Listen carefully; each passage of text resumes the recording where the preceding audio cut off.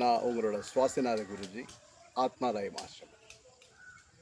நம்ம இதுக்கு முன்னாடி நம்மளோட ஆத்மாலயம் ஆசிரமம் பூர்ண யோகம் அப்படின்னு ஒரு மெடிடேஷன் யோகம். மற்ற மெடிடேஷன்ஸுக்கும் பூர்ண யோகத்துக்கு என்ன வித்தியாசம்?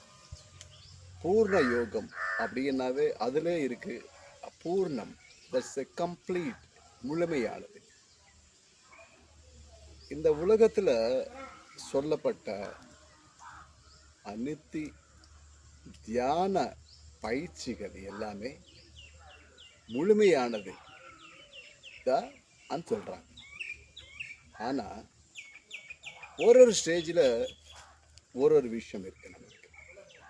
நம்ம எப்படியும் இப்போ ஒரு 10வது படிக்கிறோம், அதுக்கப்புறம் ப்ரீ டிகிரி +2க்கு வரும், அதுக்கப்புறம் degree, master degree, PhD, research, doctorate.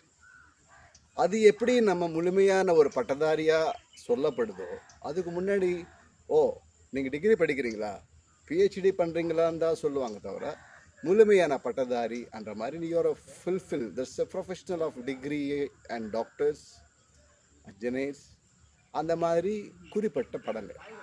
அது டிகிரி படித்து அதுக்கு அடுத்தது அது நெக்ஸ்ட்டும் இன்னும் படிப்பு தொடங்கணும். அப்போ தான் முழுமை அடையும்.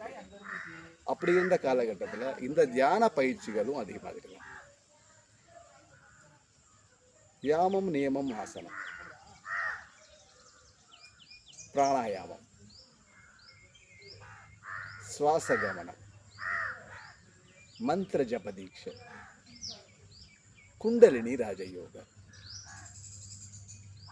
வாசி யோகம், ஆத்மாலய யோகம், ஹட யோகம், இந்த மாதிரி நிறைய வகையான யோக முறைகள் இருக்கு. ஆனால் எல்லா யோக முறைகளும் ஒன்றுக்கு அப்புறம் ஒன்று அது கடந்து தொடர்ந்து ப்ராக்டிஸ் பண்ணி அடுத்த நிலைக்கு வர்றது தான் முழுமையான பூர்ண யோகம்.